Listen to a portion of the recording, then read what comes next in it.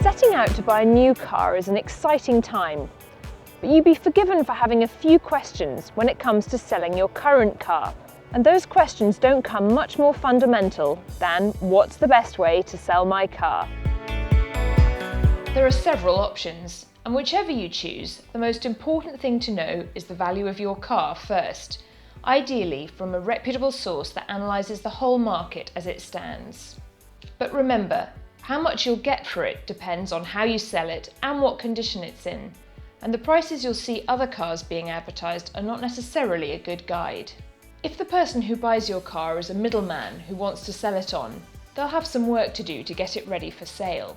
That means they'll factor the cost of that into the amount they offer you, as well as leaving themselves some margin to make a profit. Once you have a good idea of your car's value, the next step is to decide how to sell it. Plenty of people and businesses will be only too happy to take it off your hands. But the main options are selling it privately, selling it to a dealer, or selling it to a car buying website. When you're making your choice, there are two key things to consider: how much money you want to get for your car, and how much time and effort you're prepared to put in. Once you've decided where your priorities lie, you can decide which option will suit you best. Selling your car privately is likely to be the way to make the most money. But if you want to advertise your car online, think carefully before you choose a site. Do you know what sort of a reputation it has, how many buyers use it, or whether it specialises in selling cars? Do you know anyone who's had a good experience selling a car online who can recommend a site? How well does it rate with Trustpilot? On the other hand, choosing this route means you'll need to have time to respond to inquiries and be available for viewings. You may also have to pay for the advert. It's also worth thinking about your next car early on, to minimise any time spent without a car if you're able to sell yours before you buy a new car.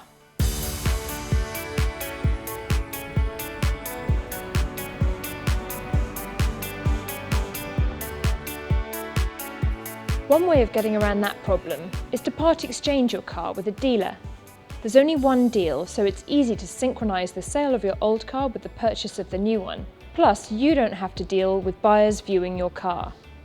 There are many misconceptions about selling to a dealer, that you won't get a good price and you'll have to negotiate, but that doesn't have to be the case. Although it's probably true that you'll get less money than if you sold the car yourself. As we've said, it's always worth getting a valuation for your car before you visit the dealer.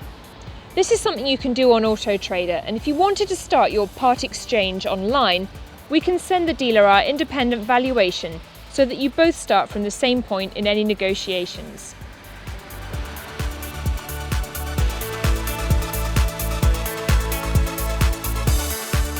Finally, if speed is of the essence, you could consider a car buying website that offers to buy your car that day and will give you some quick cash.